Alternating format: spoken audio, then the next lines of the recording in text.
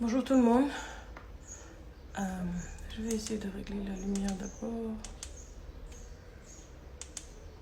Ouais, je crois que c'est mieux comme ça. Salam alaikum, bonjour tout le monde, j'espère que vous allez bien.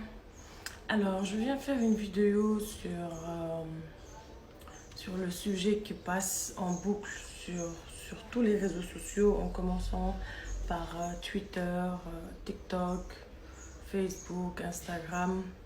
C'est l'histoire de Dubaï porte-à-pote. Je ne sais même pas comment on dit ça. Moi, en tant que femme, je ne vais pas juger ces femmes. Je ne vais pas me moquer d'eux. Je ne vais pas faire un TikTok où je mange de la merde et que je me fous d'elles. Parce que je ne connais pas ces femmes et je ne connais pas leurs raisons qui les ont poussées à faire ça. Il y en a une qui s'est jetée du 7e étage.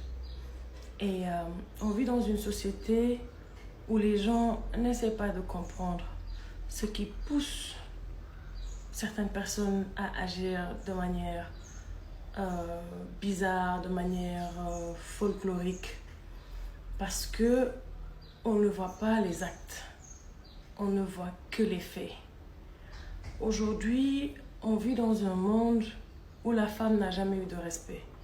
Et ça commence de nos mères, nos arrière-grand-mères, nos arrière-arrière-grand-mères, jusqu'à Ève, notre plus vieille grand-mère. Pourquoi? Parce que la femme a toujours été accusée de sorcellerie, de débauche, et j'en passe. Pourtant, ceux qui sont religieux et qui m'entendent, bien des signes religieux prouvent que la femme est vêtue d'un bon cœur. La femme est normalement le berceau de l'humanité. La femme représente ce qu'il y a de plus beau dans la vie. Si aujourd'hui ces jeunes filles se jettent dans l'argent sale, c'est-à-dire quand j'ai vu la vidéo, oui, j'étais dégoûtée, j'étais vraiment dégoûtée. Mais j'ai vu la façon dont cette femme a ouvert la bouche pour attendre que cette merde lui couvre le visage et la bouche.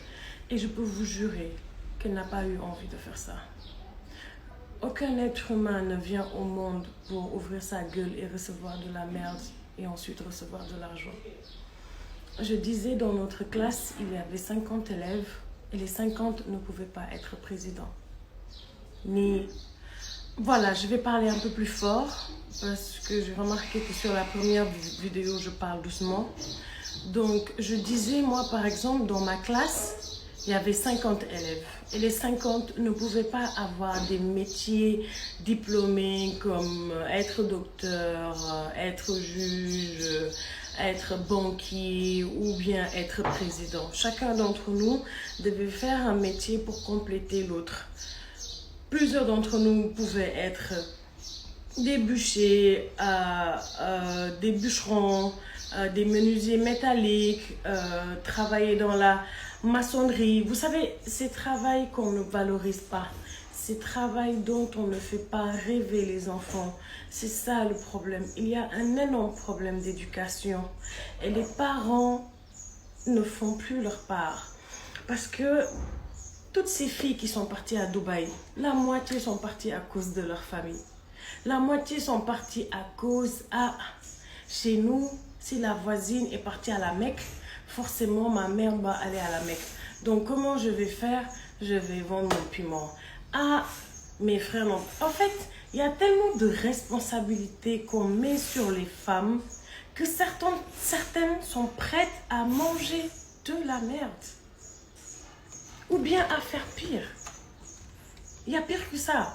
Je suis dans un milieu où je me bats pour travailler dur. Je suis dans un milieu où je me bats pour tracer ma route. Je suis dans un milieu où ça ne pardonne pas. Les gens cherchent l'étoile. Les gens cherchent le soleil. Déjà, moi, c'est l'amour de Dieu seulement. Déjà, moi, ce que je veux, c'est si Dieu a une télé là, Il n'a qu'à me regarder, je vais lui faire rire. Non, je vous dis, au fait, vous ne savez même pas à quel point j'ai envie de savoir que Dieu m'aime et que je suis utile sur cette terre. Mais aujourd'hui, qu'est-ce qui se passe? Chez nous, en arabe, en Maghreb même, on dit niya, atet niya. J'ai fait confiance à une personne et cette personne m'a détruit. Elle ne m'a pas détruit parce que je suis encore debout. En fait, le problème, ce n'est pas l'argent. Le problème, c'est le fait qu'on te fasse du mal et que cette personne se réjouit du mal. Mais Dieu a dit, j'ai créé le bien et le mal. Et tout ce qui m'arrive n'est que bénédiction. Je ne lui en veux pas. Au contraire, l'argent, j'ai commencé à travailler à 16 ans. Je sais comment me faire de l'argent, mais je ne sais plus comment pardonner. Voilà ce que je prends. Des antidépresseurs. Je prends des antidépresseurs pour dormir. Je prends des antidépresseurs. Je disais que je prenais des antidépresseurs, regardez.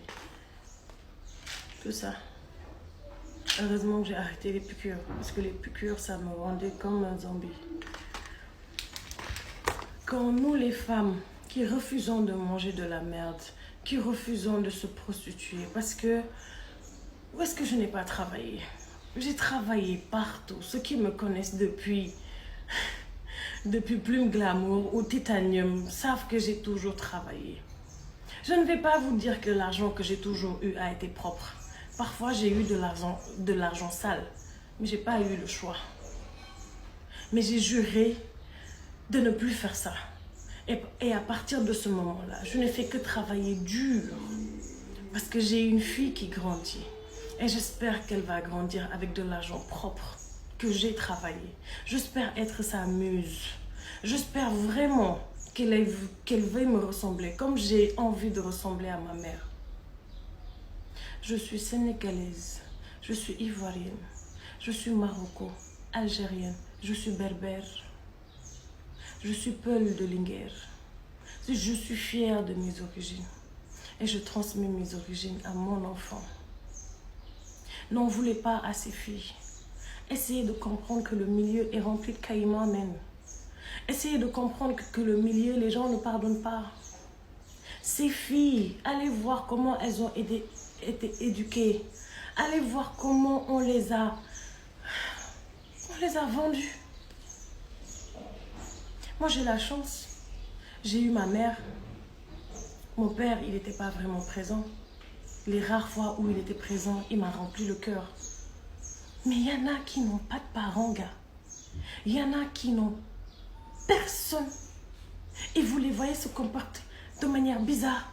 Et c'est vous qui venez juger ces gens. C'est vous qui venez insulter ces gens. À quel moment on t'a dit que tu es prophète? À quel moment on a dit que tu es Dieu? À quel moment tu as eu l'audace et le pouvoir de dire que lui c'est de la merde et moi je suis bien?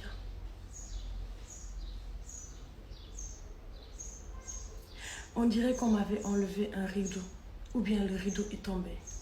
Mais le monde que je vois là, j'espère que cette génération, cette petite génération va grandir avec beaucoup de pitié et d'amour.